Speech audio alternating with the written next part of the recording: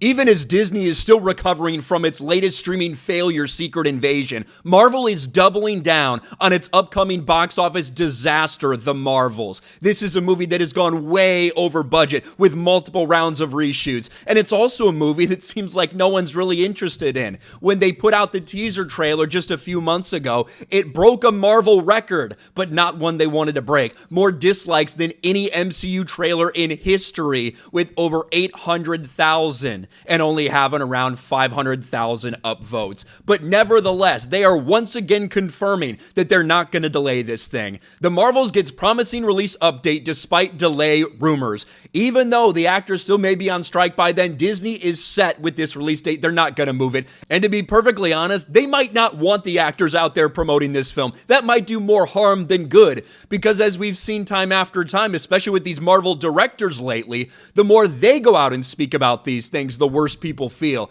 And that's what we have today. Because just a few days after getting this update that the Marvels will not be moving, we heard something new from the director, Nia DaCosta.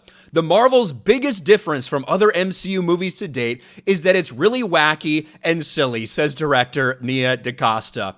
Oh, thank God. Thank God we finally have a Marvel movie that won't take itself too seriously. Finally, we have a Marvel movie that'll be wacky and silly. That's one of the main critiques from some people about the Marvel Universe in general, is that so many of these movies are like that and don't take themselves seriously. Thank you so much, Nia DaCosta and Brie Larson and everyone on this movie, for finally making an MCU project that's silly and wacky. Oh, wait, I feel like I remember something just from last year. Oh, that's right. Even Chris Hemsworth thinks Thor: Love and Thunder was too silly. Yeah, because that's what we've seen, especially of late with all this shit. Thor: Love and Thunder, Ant-Man and the Wasp: Quantumania, obviously Guardians of the Galaxy. Even though 3 was a more serious movie in terms of the plot, of course it was wacky and silly. That's what a lot of shit in the MCU is. So if they're saying this, just think of how overboard they've likely gone with all this crap. Captain Marvel 2 director promises a silly sequel on the way.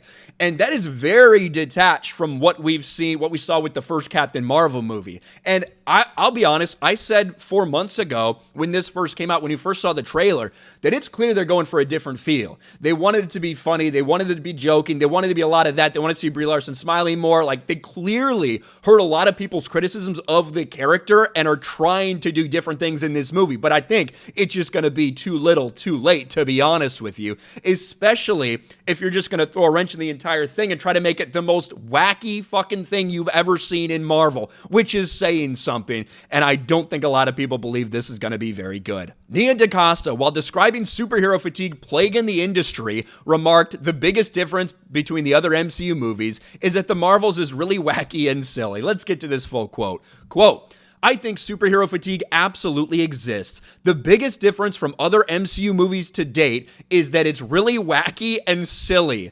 The worlds we go in this movie are worlds unlike others you've seen in the MCU, bright worlds that you haven't seen before. I think it's a lot less traumatizing to work on for sure than some of her other stuff, but this movie also deals with specific, personal, sometimes sad things. But no, it's been nice to work in a different world for sure. It really makes you wonder if this person has watched any other Marvel movies. Has she only watched Captain Marvel? Has she watched any of the other shit out there? To describe, yeah, it's wacky and silly, so different from the decade and a half we've had of the MCU. It almost seems like someone's writing parody, like that's a joke, that this can't be real, but no, it's coming right from the director. Very similar to Secret Invasion, with the director just continues to open his mouth and make things worse time after time. It looks like the Marvels is going to be like that as well. They're not moving the release date. Again, I don't think that not having them come out and speak, not having Brie Larson out there doing press, I don't think that's going to be a big harm for this movie. I think if anything, it might not hurt the movie as much as it could have anyway. But it certainly looks like we have more people that have no idea the universe they're actually working in and that no one trusts to deliver a good movie.